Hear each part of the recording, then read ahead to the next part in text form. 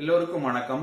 நம்ம சென்ற பதிவுல தமிழ் எழுத்துக்கள்ல உயிர் எழுத்துகள் எப்படி எழுதுறது அப்படிங்கறத பத்தி பார்த்தோம். இந்த பதிவுல மெய் எழுத்துகள் எப்படி எழுதுறது அப்படிங்கறத பத்தி பார்க்கலாம்.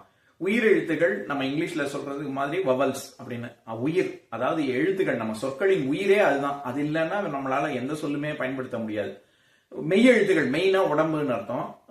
உடம்பும் உயிரும் எப்படி சேர்ந்தா எல்லா உயிர்கள், மனுஷங்க உயிர்கள்னு இல்லை, எல்லா உயிர்களுமே இயங்குவதற்கு உடம்பும் உயிரும் சேரணும்ல.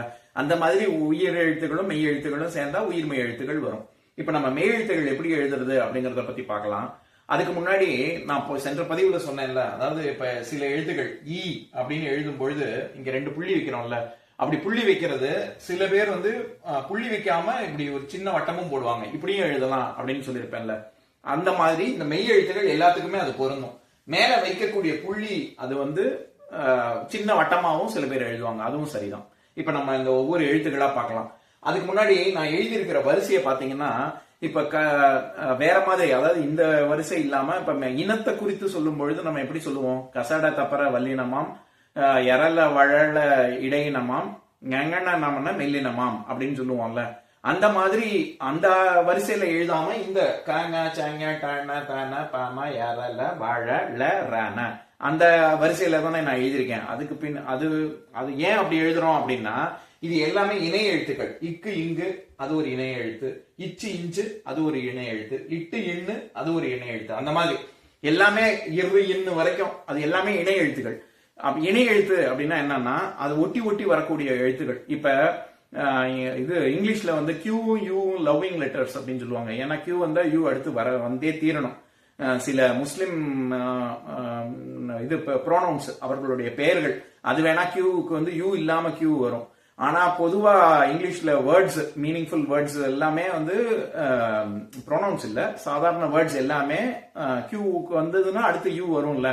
அந்த மாதிரி இந்த இணைச்சொற்கள், இது எல்லாமே இணைச்சொற்கள். அதனாலதான் நம்ம தன்னகரம், தன்னகரம், ரன்னகரம் அப்படின்னு சொல்றோம். ஏன்னா டட்டா டிடி டு டு டே டை டு டோ அந்த வரிசையில வர்றது அது தண்டம் பண்டம் அப்படின்னு அந்த தன்னகரமாக இருக்கட்டும், இல்லாட்டி பந்து வந்து சந்து பொந்து அப்படின்னு தத்தா திதி து து தே தை தோ தோ தௌ அந்த வரிசை தகர வர்க்கம் நகரம் வந்துச்சுன்னா வரணும், நகர ஒற்றை எழுத்து வந்ததுன்னா வரும். அதனாலதான் அது தன்னகரம்னு சொல்றோம். அதே மாதிரிதான் ரன்னகரமும், வருகின்றான், செல்கின்றான், கிர கின்ற அது எல்லாமே இந்த 2 சுழி இன்னு, அதாவது ரன்னகரம் வரும். ஏன் சொல்ல வரேன்னா, இது எல்லாமே இணைய எழுத்துக்கள். அதனாலதான் இந்த வரிசையில எழுதுறோம். இப்ப நம்ம ஒவ்வொரு எழுத்தும் எப்படி எழுதுறது அப்படிங்கறத பத்தி பார்க்கலாம். இக்கு அப்படின்னு எழுதும் பொழுது முழுவதுமாக கை எடுக்கவே கூடாது. முழுவதுமாக எழுதி முடிச்சுட்டு அதுக்கப்புறமா தான் மேல புள்ளி வைக்கணும். இது மெய்யெழுத்துகள் எல்லாத்துக்குமே இது பொருந்தும்.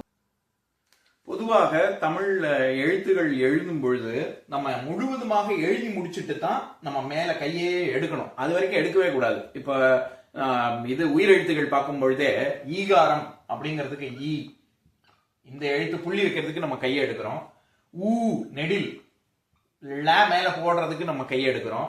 அதே மாதிரி ஔ அப்படின்னு எழுதுறதுக்கு இங்க ல பக்கத்துல பக்கத்துல ஓ பக்கத்துல ல போடுறதுக்கு நம்ம கையை எடுக்கிறோம். அதை தவிர்த்து மத்த எந்த விஷயத்துக்குமே நம்ம கையை எடுக்கவே கூடாது. அப்படியே சேர்ந்த மாதிரி தான் ஒரே ஸ்ட்ரோக்ல முடிக்கணும். நம்ம வரையறதுக்கும் எழுதுறதுக்கும் அதுதானே வித்தியாசம். எழுதுறதுன்னா அப்படி நம்ம கையை எடுக்காம, கர்சிவ் ரைட்டிங்ல இங்கிலீஷ்ல பண்றாங்கல்ல, அது எடுக்காம எழுதுற மாதிரி தான் எழுதணும். மல்டிபிள் ஸ்ட்ரோக்ஸ் கொடுத்தா அது வரையறது, கேலிகிராஃபில பண்ற மாதிரி வரைய எழுத்துகள் எழுதுவதே அவங்க அது ஒரு கலை. அந்த மாதிரி அப்படி எழுதுறவங்க தான் கையை எடுத்து எடுத்து எழுதுவாங்க. ஆனா மத்த எந்த புள்ளி வைக்கிறதுக்கு மட்டும்தான் நம்ம கையை எடுக்கணும். அதனாலதான் இங்கிலீஷ்ல ஒரு ப்ராவர்பே இருக்குல்ல, அதாவது dotting the i's and crossing the t's அப்படின்னு சொல்லி.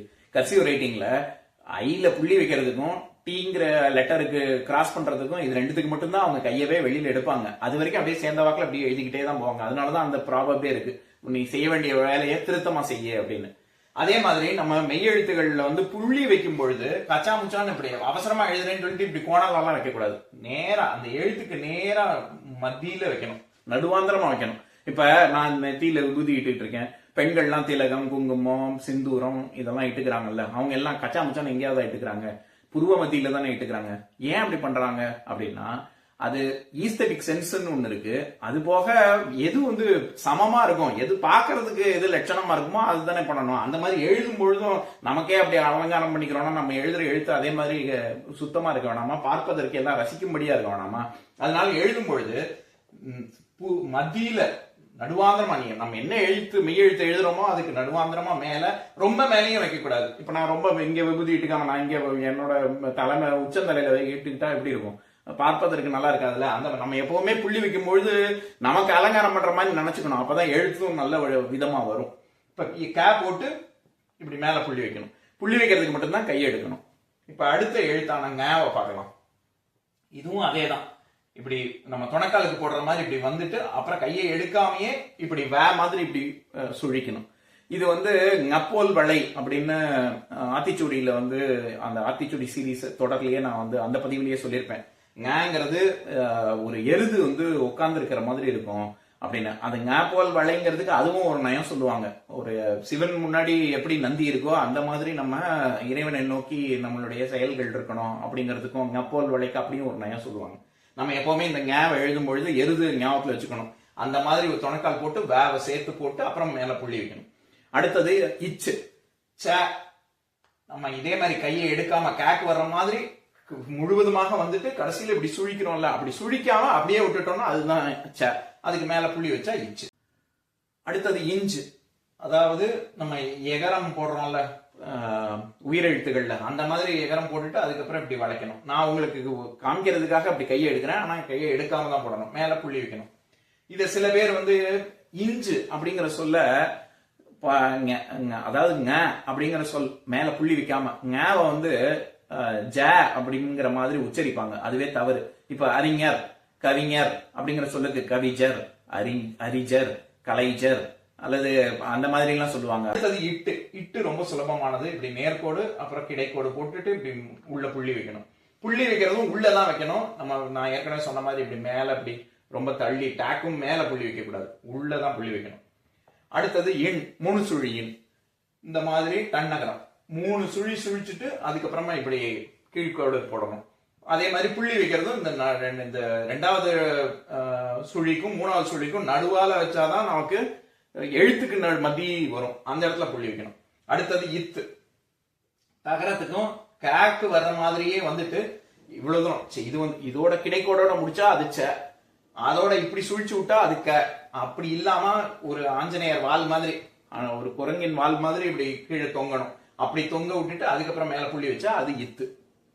நிறைய பேர் என்ன பண்ணுவாங்கன்னா எழுதுற அவசரத்துல இப்படி இது தேவா தேவாங்கிற வித்தியாசம். இங்கிலீஷ்ல வந்து சில பேர் கர்சிவ் எழுதும் பொழுது என்ன எழுதியிருக்காங்களா ஆர் எழுதியிருக்காங்களா, அதாவது N as in Nancy, or as in rose, அது என்ன லெட்டர் எழுதியிருக்காங்க அப்படின்னே புரியாது. அந்த மாதிரி நம்ம அவசரத்துல இப்படி போடும் பொழுது கே போட்டிருக்காங்களா தே போட்டிருக்காங்களானே தெரியாம போடக்கூடாது. அதனாலதான் இந்த ஆன்மார் வால் மாதிரி இப்படி நீட்டு இந்த தன்ன த ந ர இந்த 3 சொற்களுக்குமே இந்த மாதிரி வால் மாதிரி வரணும். வந்துட்டு அதுக்கப்புறமா தான் புள்ளி வைக்கணும்.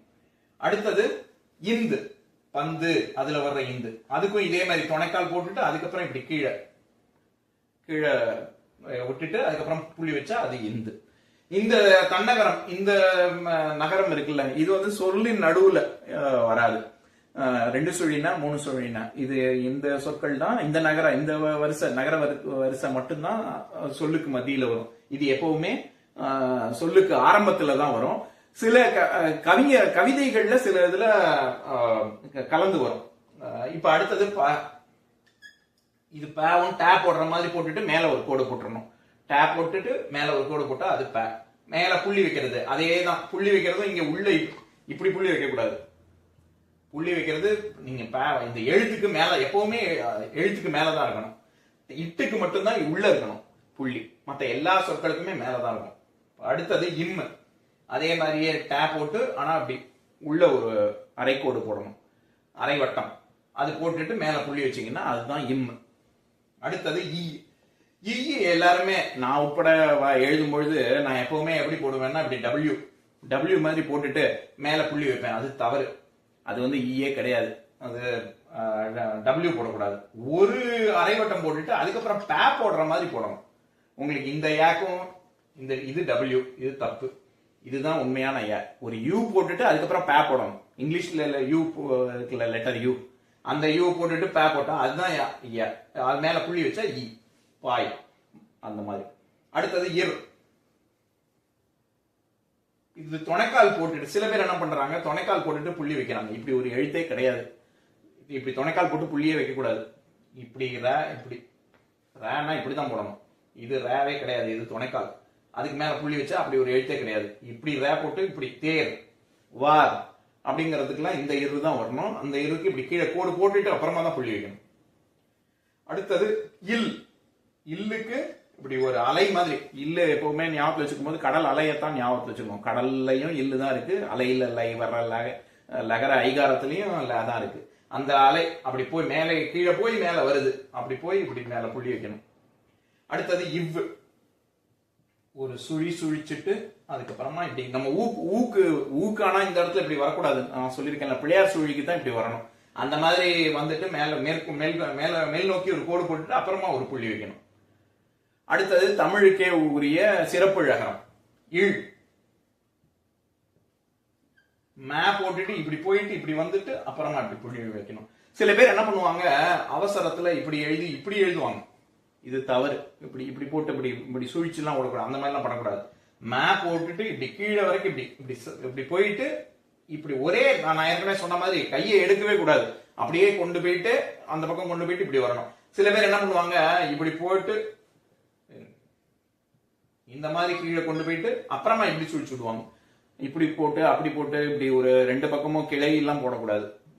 எழுதும் பொழுதே முழுவதுமாக அந்த பக்கம் கொண்டு போயிட்டு அப்புறம் இப்படி வந்துட்டு அப்புறமா இப்படி போடணும். இதுதான் சரி.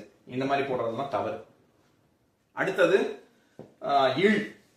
பள்ளி புள்ளி கீழ்நோக்கு ழகரம். இது ஒரு முழு வட்டம் போட்டுட்டு அதுக்கப்புறம் இப்படி கொண்டு வந்து நம்ம எப்படி இந்த ரெண்டு சுழி இன்னெல்லாம் முடிக்கிறோம்ல அந்த மாதிரி இப்படி ஒரு துணைக்காலுக்கு போடுற மாதிரி போட்டுட்டு அப்புறமா மேல புள்ளி வைக்கணும். இதுதான் இழ். அடுத்தது இர். ரன்னகரம். காற்று மாற்றம் அதுல வர்ற இர். இதுக்கும் நான் ஏற்கனவே தன்னகரத்திலையும் இது இத்து இந்துக்கு சொன்ன மாதிரி இதுக்கும் குரங்கு வால் மாதிரி கீழே வரைக்கும் வரணும். ஏன்னா சில பேர் அவசரத்துல இப்படி போடுறது மெக்டொனால்ட்ஸ் எம் மாதிரி இருக்கு. எம் டபிள்யூ இப்படி எல்லாம் போடக்கூடாது, அது தவறு. முழுவதுமாக கீழே வந்துட்டு அதுக்கப்புறமா மேல புள்ளி வைக்கணும். புள்ளி வைக்கிறதும் இங்க நான் எங்க வச்சிருக்கேன் பாருங்க, கரெக்டா அப்படி ரகரம் பிரி இதுல அதுக்கு மேலதான் வச்சிருக்கேன். அப்பதான் பார்ப்பதற்கும் அழகா இருக்கும். இப்ப இங்க பாருங்க, இது இருக்கு இது இருக்கு, இதுல எது சரியா இருக்கு? இங்க நான் கொஞ்சம் தள்ளி வச்சிருக்கேன், அல்லது இந்த பக்கம் தள்ளி வைக்கிறேன். இப்படி வச்செல்லாம் பார்ப்பதற்கு நல்லாவே இல்ல. அந்த மாதிரி இல்லாம இப்படிதான் இருக்கணும். இதுதான் சரி. அடுத்தது இறுதியான எழுத்து ரெண்டு சுழியின் அல்லது ரன்னகரம். இதுக்கு 3 சுழி சுழிக்காம 2 சுழி சுழிச்சு ரெண்டாவது சுழிக்கு நேரா நான் புள்ளி வச்சிருக்கேன் பாருங்க. அந்த மாதிரி போடணும். நம்ம மெய்யெழுத்துகள் எல்லாத்துக்குமே புள்ளி வைக்கிறது நடுவுல தான் வைக்கணும், வேற எங்கேயும். இட்டுக்கு மட்டும்தான் உள்ள நான் புள்ளி வச்சிருக்கேன் பாருங்க. மத்த எல்லாத்துக்குமே நடுவாந்திரமா மேல எழுத்து எழுதுனதுக்கு அப்புறம் அப்படின்னு எழுத்து எழுதுனதுக்கு அப்புறம் நடுவாந்திரமா புள்ளி வச்சிருக்கேன்ல, அந்த மாதிரி தான் மெய்யெழுத்துகள் எழுதணும். இன்னொரு சந்தர்ப்பத்துல வேற ஒரு பதிவுல உயிர்மெய் எழுத்துக்கள்ல சில எழுத்துக்களை பத்தி பார்க்கலாம். நன்றி, வணக்கம்.